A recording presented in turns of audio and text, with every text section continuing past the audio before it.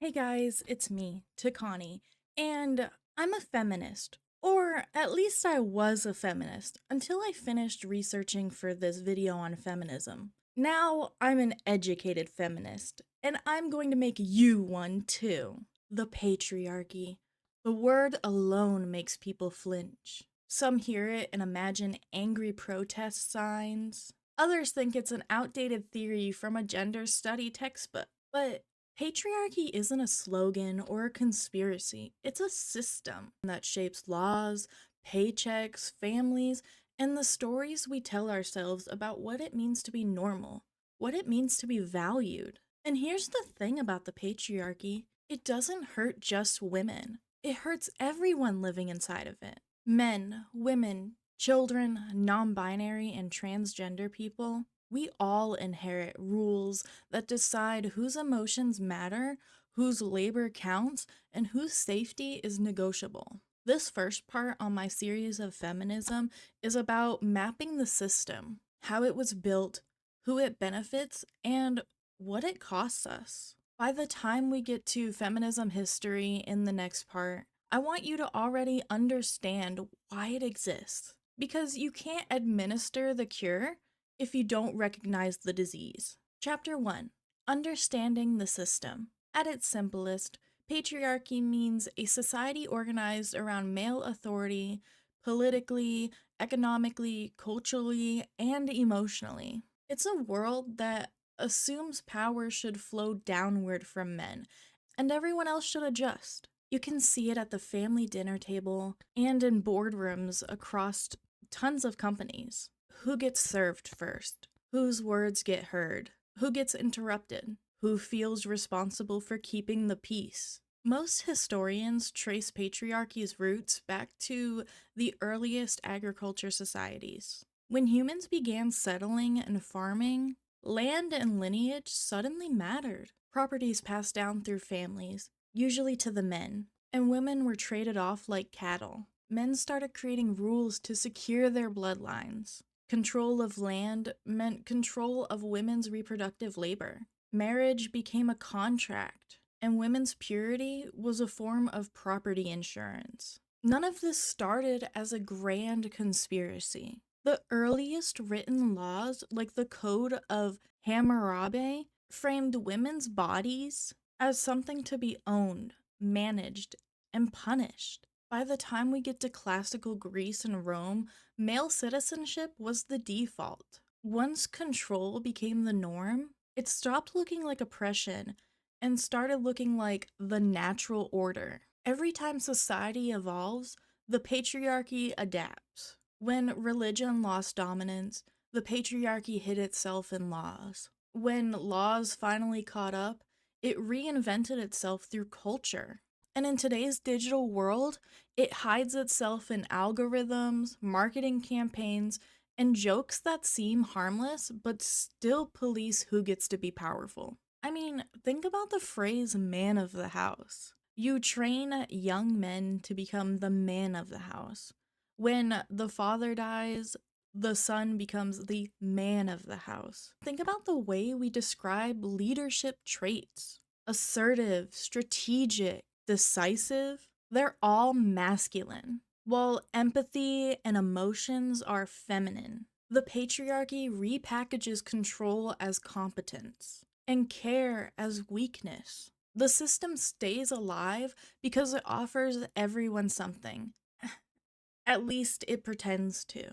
Men are promised power, but it comes at a cost. They have to be the provider, but they can never show emotions. They need to stay tough and never ask for help. When men step outside that role of masculinity, the rest of the world call them weak. And by the rest of the world, I mean other men. Because it's ingrained in them since birth that men don't need help. Men don't show emotions. Men are just strong guys that take care of everything else and do the hard labor. Women were promised protection from the harsh world as long as they stayed loyal to the men who ruled it, but that promise was hollow. And what they got instead was ownership. Their safety came at the cost of freedom. They became the caretakers, the homemakers, the emotional shock absorbers of men who weren't allowed to feel anything but angry. Under the patriarchy, women aren't partners. They're property in pretty clothes. They're expected to cook, they're expected to clean, soothe, and smile, often without pay and not even recognition. It's just the woman's way. The system calls it love, but in reality, it's just unpaid labor packaged as biology. Together, these expectations form a cycle that still runs today and will continue to run until we stop it. Men performing strength to earn worth, women performing softness to stay safe and desirable. One side suffocates under pressure, the other under control, and both of them end up exhausted. Children learn about gender roles before they even learn about consent. And people who don't fit neatly into male or female are treated as problems. Even though people who don't fit under the categories of male or female are proof that gender is a social construct, not a binary identity. And this isn't just a cultural issue, it's a monetary issue. The patriarchy controls who earns the money, who does the unpaid labor, who owns the property, who receives the better medical care, and whose pain is even considered real. Globally, women do about 3/4 of all unpaid care work, worth trillions of dollars in unacknowledged labor. And men hold about 2/3 of political positions worldwide. And people outside of this binary are just fighting to have their existence recognized instead of ignored. And none of that's a coincidence.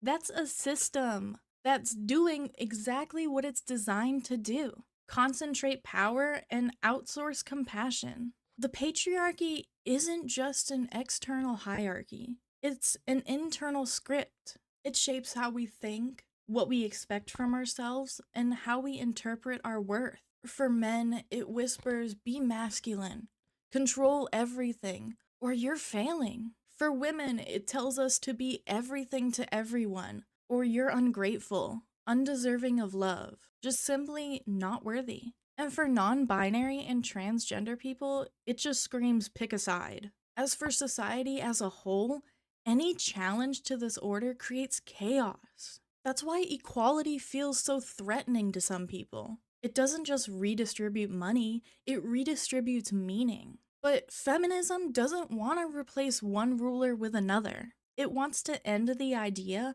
that we must have a ruler at all. In this next chapter, we're going to look at how it actually feels to live under the patriarchy, the way the patriarchy breaks men down while pretending to build them up. Chapter 2, The Male Burden. Patriarchy pretends to crown men kings, but it actually chains them to a throne that they can't leave. It hands them keys to authority and quietly removes the right to be vulnerable. It tells them to be a provider, never be provided for. Fix, don't feel. Protect, don't need protection. And men are taught this early on.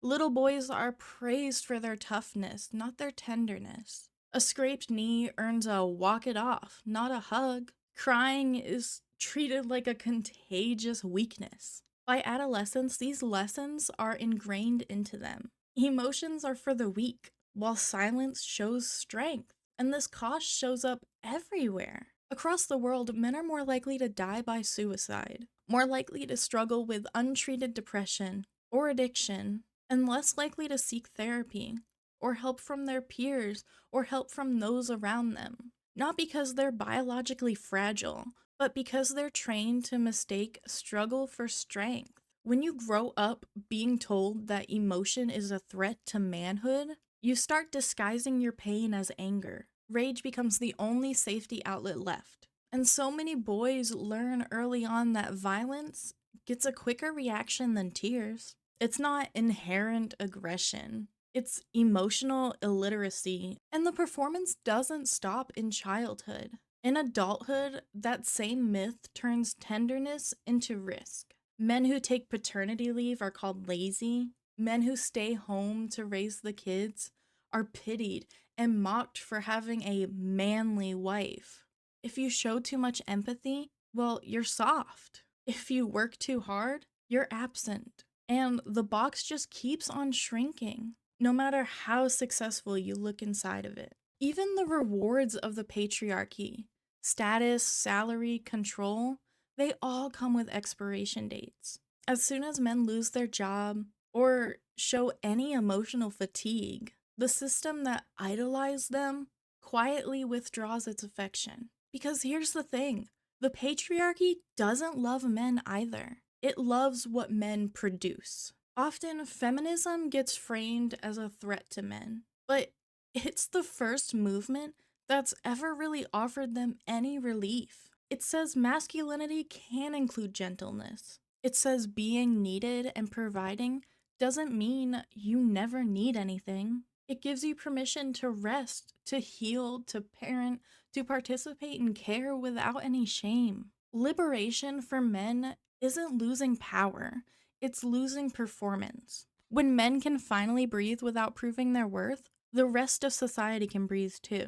Chapter 3: The Female Cost. If the patriarchy asks men to perform strength, it asks women to perform servitude and to do it beautifully. From the start, girls are taught that safety lies in compliance. Be agreeable, be quiet, be kind. Don't ever make anyone uncomfortable. You can have ambition, just don't make it look like ambition. You can have boundaries, as long as they're phrased as apologies. And for centuries, this was packaged as protection. Men would provide and women would be cared for. But the fine print turned that care into captivity. Women didn't receive the safety they were promised. They were absorbed into someone else's property portfolio, her labor and loyalty for his protection. Inside the home, the wife is the maid, the nurse, the cook, the therapist, and the moral compass. The roles are unpaid and unacknowledged.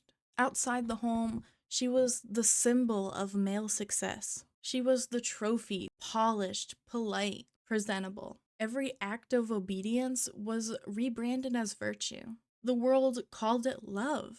And in truth, it was dependence dressed as devotion. Even after the legal equality arrived, the habit still remained. Women entered the workforce, but the domestic workload didn't shrink. It just doubled. The second shift. Clock out of the office, clock back in at home. Globally, women perform 3/4 of all the unpaid care work. The economy would literally collapse without it. Yet, it remains invisible in budgets and policies. To succeed, women must be confident but humble, attractive but not distracting, ambitious but not aggressive. Be present, but make sure you're quiet, and smile.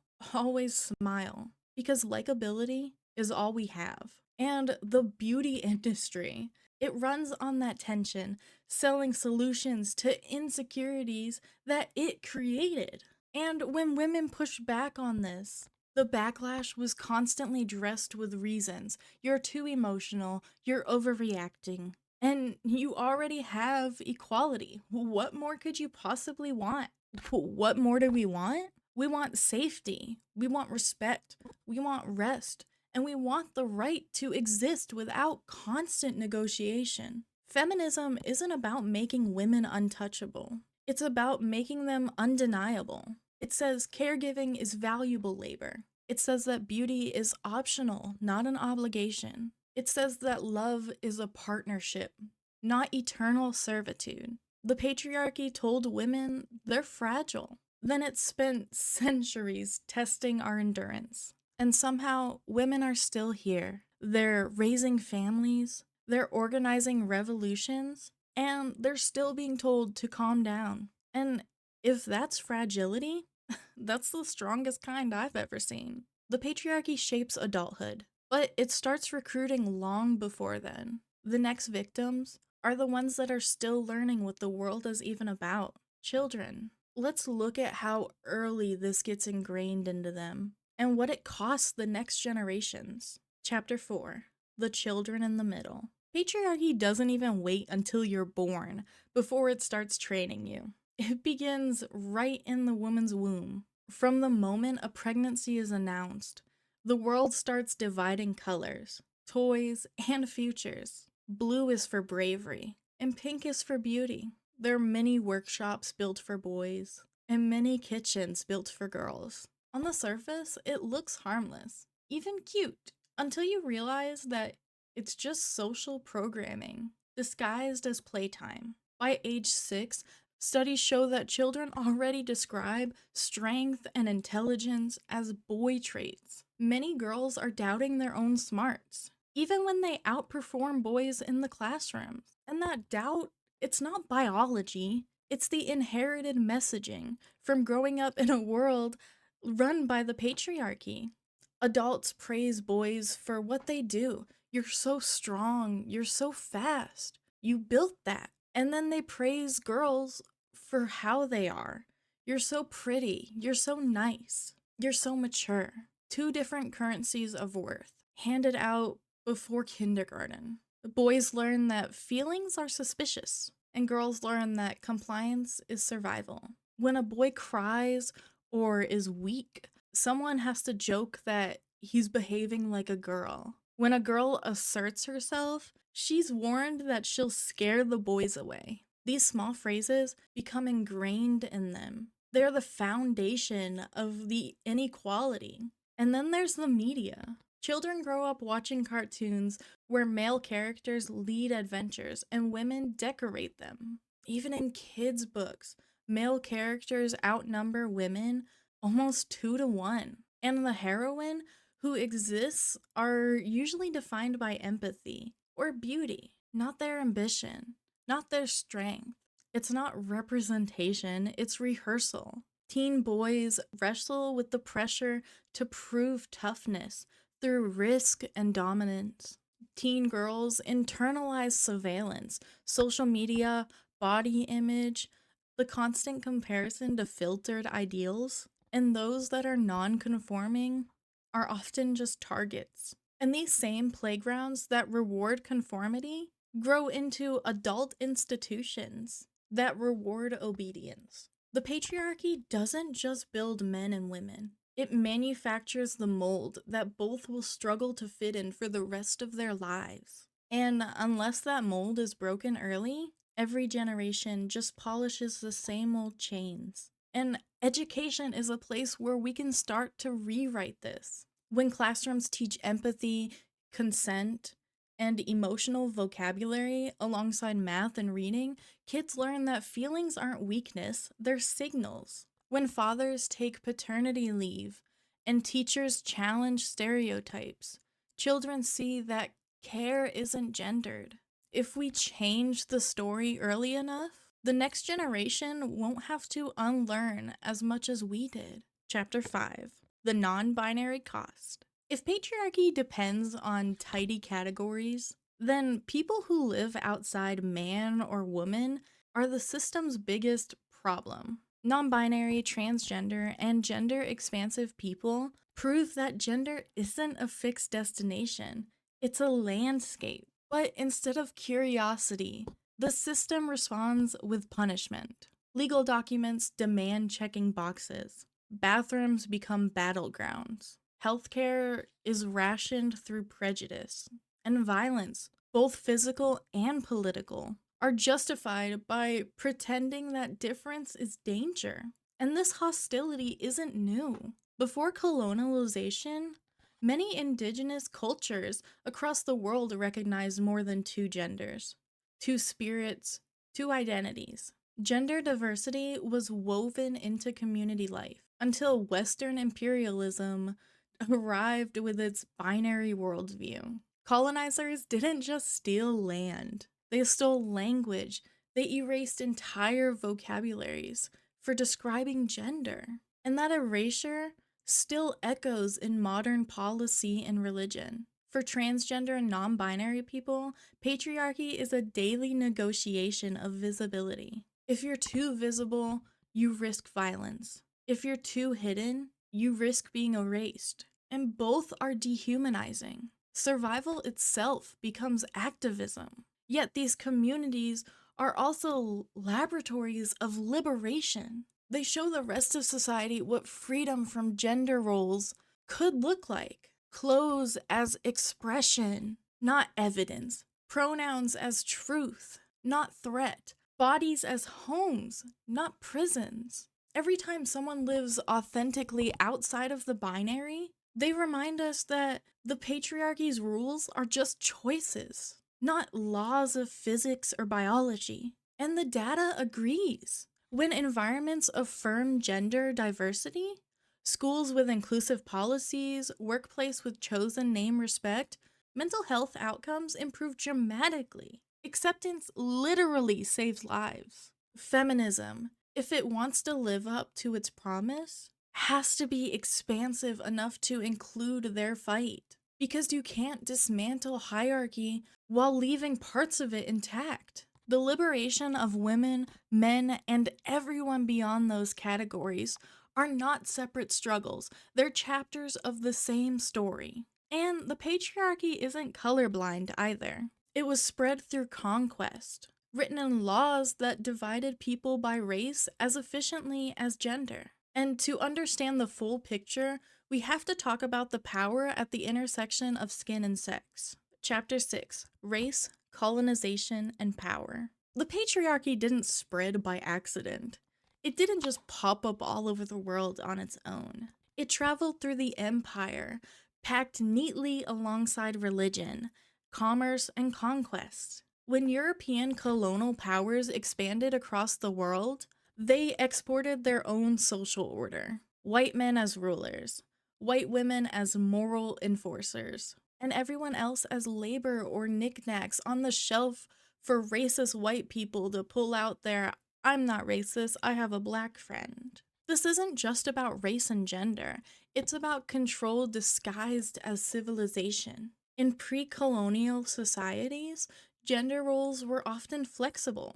In West African communities, market women held political power. In indigenous North America, two-spirit people served as healers and leaders. Across Asia and the Pacific, women had authority over property and family. But colonialization labeled those systems as primitive. Missionaries and imperial administrators rewrote entire cultures to match the European norms. Male dominance, female obedience. Heterosexual family units as the civilized model. And the patriarchy worked because it linked gender hierarchy with racial hierarchy. White women were positioned as symbols of purity, worth protecting, while women of color were painted as hypersexual, dangerous, or even disposable. And that double standard justified everything from slavery to sexual violence to many other forms of exploitation. Under slavery in America, Black women were denied femininity.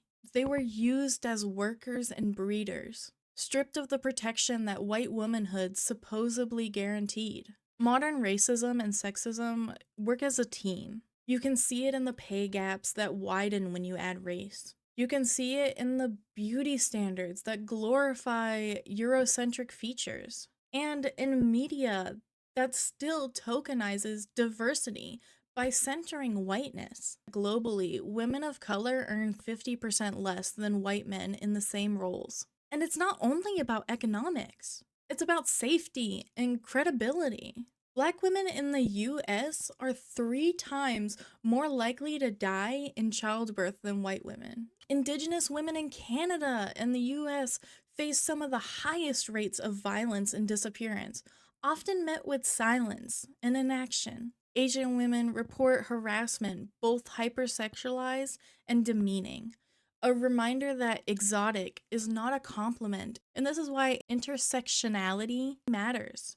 Coined by Kimberly Crenshaw, intersectionality explains how systems of oppression overlap, how race, gender, class, sexuality, and disability don't stack neatly, they collide. A Black woman facing workplace discrimination isn't just battling sexism or racism separately. She's confronting a structure that treats her as invisible to both struggles. Feminism that forgets that intersection fails its mission. A movement that uplifts privileged women isn't liberation, it's just rebranding. True feminism asks, who's still left outside in this room? Because the patriarchy doesn't crumble evenly.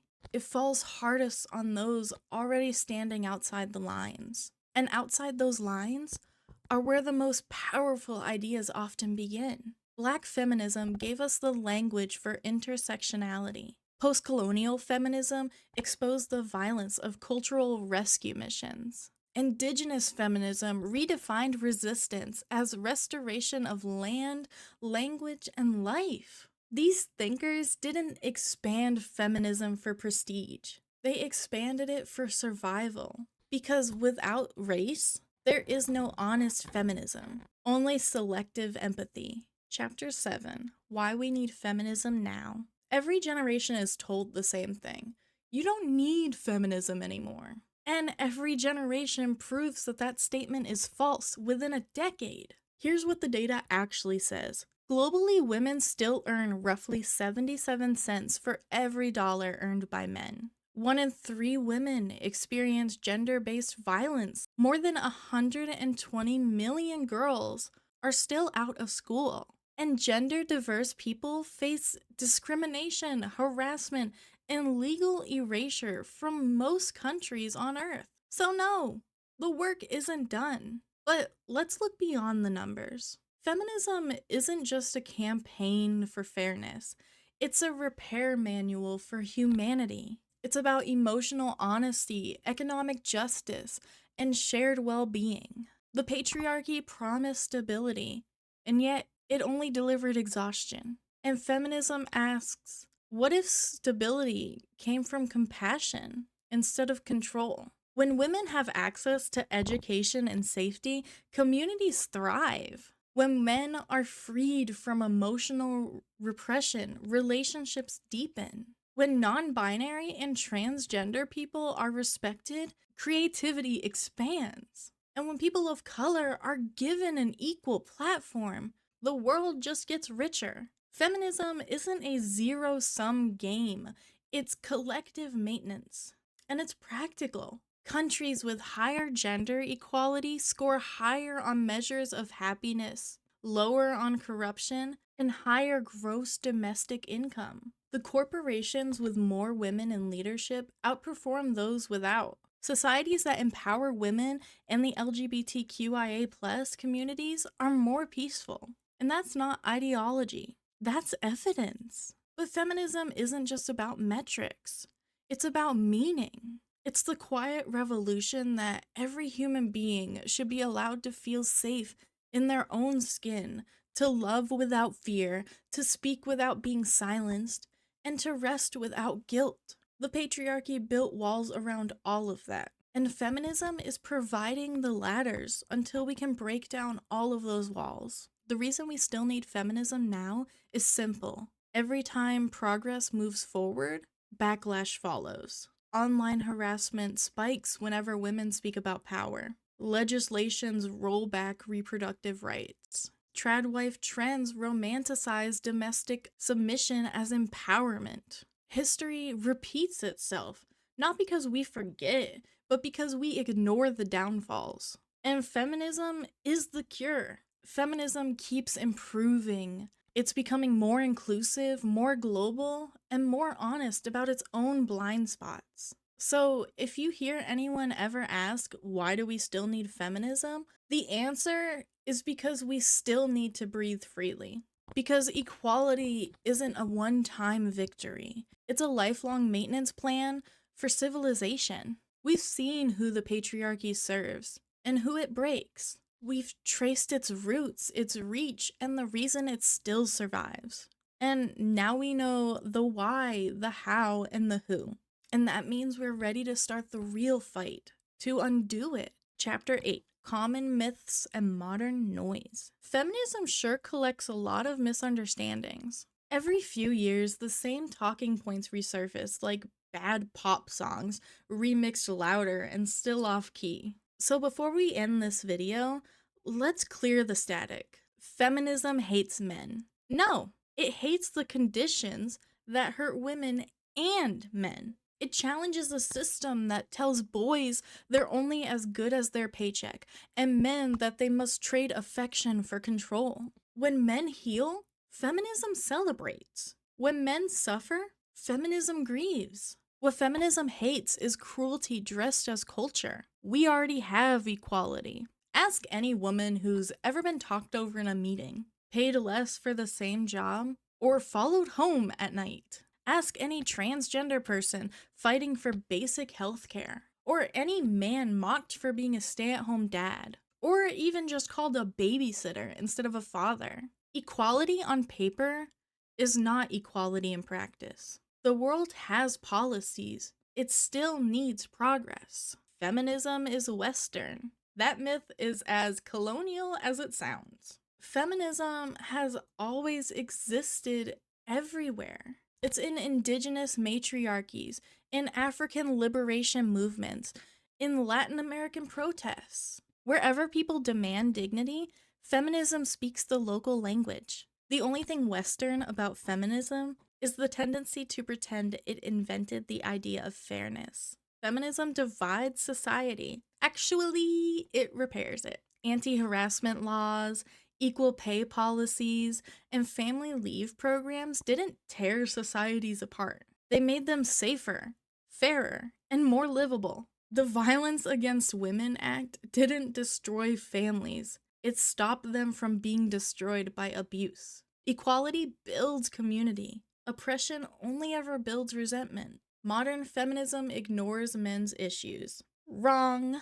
Healthy feminism works to address men's mental health, fatherhood, and the freedom from toxic masculinity. What feminism won't do is center men in every conversation. That's not neglect, that's balance. The movement isn't about taking the microphone away from men. It's about passing the microphone around. And here's the truth about all of these myths. They survive because they're profitable. They fuel outrage clicks, podcast rants, and algorithm culture wars. It's so much easier to mock equality than it is to maintain it. And outrage pays better than nuance. But while the noise sells, reality quietly keeps changing. Yes, a few more men are starting therapy, but most still don't, because stigma tells them that emotions are expensive luxuries. Yes, some men are active fathers,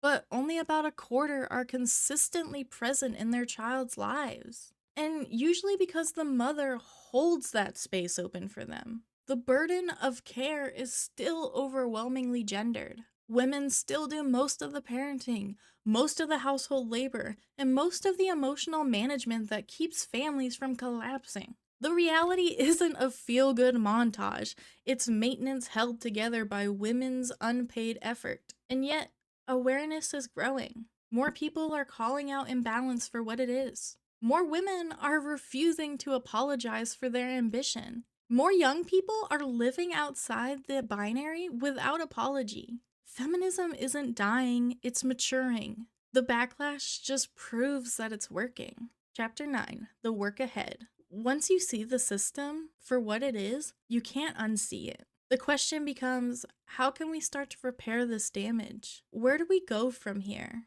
Well, we start small. That's not unambitious, it's strategic. Systems crumble from pressure points. We need paid family leave that doesn't penalize mothers or fathers. We need pay transparency laws so labor is valued fairly. We need harassment reporting systems that work, not ones that wait until a scandal goes viral. We need education that teaches empathy alongside algebra. Teach boys that care is strength. Teach girls that confidence isn't arrogance. Celebrate people who change their minds, not just those who win debates. Retire the gender police and promote emotional fluency. And most importantly, stop rewarding cruelty with attention. Social media makes meanness contagious, and we can make kindness contagious too. Then there's us, the personal work. We need to audit our language. Who do we interrupt? Who interrupts us? What labor do we assume is owed? Do we compliment our daughters for their courage as often as we compliment them for their looks? Do we let our sons cry without embarrassment and hug them with comfort? That's the quiet revolution. That's the daily maintenance against inherited bias. Policy, culture, and people. That's the triangle of change. And when all three align, progress stops being a theory and starts being an infrastructure. Feminism isn't a one-time protest. It's a lifelong practice, a choice to build fairness into every system we touch. Government, classroom, family, app design, everything. Equality isn't dramatic, it's disciplined. The patriarchy was built on fear, fear of loss, fear of weakness, fear of sharing and losing power. And feminism, it runs on courage, the courage to care, the courage to question, the courage to evolve and change, the courage to recognize our own internal biases, our own internal misogyny, sexism, internalized racism. It's the courage to look at yourself and admit when you're wrong and try to do the right thing. The patriarchy has had thousands of years to prove itself, and yet the world is still on fire. Maybe it's time we try maintenance instead of dominance. The next part of this series, The Illusion of Progress, will take everything we've learned here and trace how those ancient hierarchies reinvented themselves in modern times through media, technology, and the myth of progress. Because the patriarchy didn't die, it just learned to camouflage itself. The patriarchy is not just a relic of the past, but an evolving system of control that restricts every gender, sustains inequality, and disguises exploitation as order. Feminism exists not to reverse that power, but to end it, replacing domination with care, competition with collaboration, and hierarchy with humanity. Don't forget to like the video, subscribe to the channel, and tell me in the comments below what this video made you rethink about your own life. I'll see you in the next video. Bye, guys.